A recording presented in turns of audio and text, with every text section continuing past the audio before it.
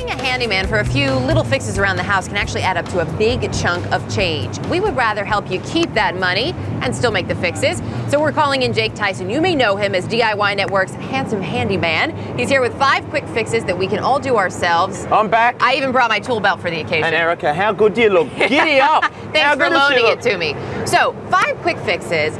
First one you have is kitchen cabinets. Just these are things you can do around the house on the weekend, cost you next to no money, right? So what we have here, this is a common problem, kitchen cabinet, screws come loose because the timber gets knocked around, right. Kids slam in the doors, eventually the hinges come off. And a common problem is the screw loses the backing. Okay. So what we've got here is a quick fix, get that screw back in. So what we've got here is a couple of matches. Wood Regular matches, okay. Some PVA glue. PVA? What's that? PVA. It's not wood glue. PVA is just wood glue, yeah. Oh, it is wood glue, okay. So make sure you use wood glue because anything else is no good. And then you quickly just stick it in the hole here. Now what this does, it gives you a solid base, right? For your screw? That's exactly right. So as simple as that, you pass me that hammer you got there. Indeed I can. Strike, it's funny called. You should ask.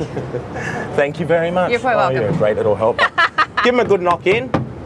Then all you simply do, give it a snap off. Wait, so I'm not putting the screw back in. I'm leaving that there? You leave the screw out. This makes a solid backing again for the timber. I'll take it. Let it dry for about 4 hours. Put your screw in. No more drama. We're good to go. Okay. Too easy. So we've solved the kitchen cabinet problem. The thing that I know a lot of people who need this, and this happens in my house, that sticky door when you can't, okay, I got it open, but I'm really strong. It happens all the time. Yeah. Houses move and, you know, they drop due to creaking and aging. So what you do here is you see where it's catching, you just get a pencil and you mark down here so you know where it's catching. It's catching by about 1/8 of an inch. Okay. Then you get your block plane. About 15 bucks, right? 15. How did you know this? Well, I have a tool belt. And you got some hidden talent here.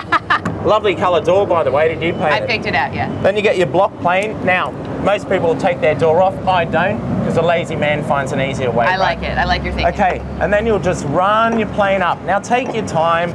You just adjust it here. And then you just keep checking so you don't do too much? Yeah, just keep checking. Make sure you don't do too much. Okay. It's about a 5-minute job, but fixed. You don't have to pay a contractor $100 to do it. That we can do. Do it yourself. We're down to only a minute. We have 3 things I want to get to really quickly. So, all right. If you got a lock that is stuck, don't put anything liquid in it. No, use... don't put any lubricant because what happens, it attracts dirt and all that type Makes of it thing. worse. So what we've got here, you always get sticky locks due to the weather or dirt or whatever.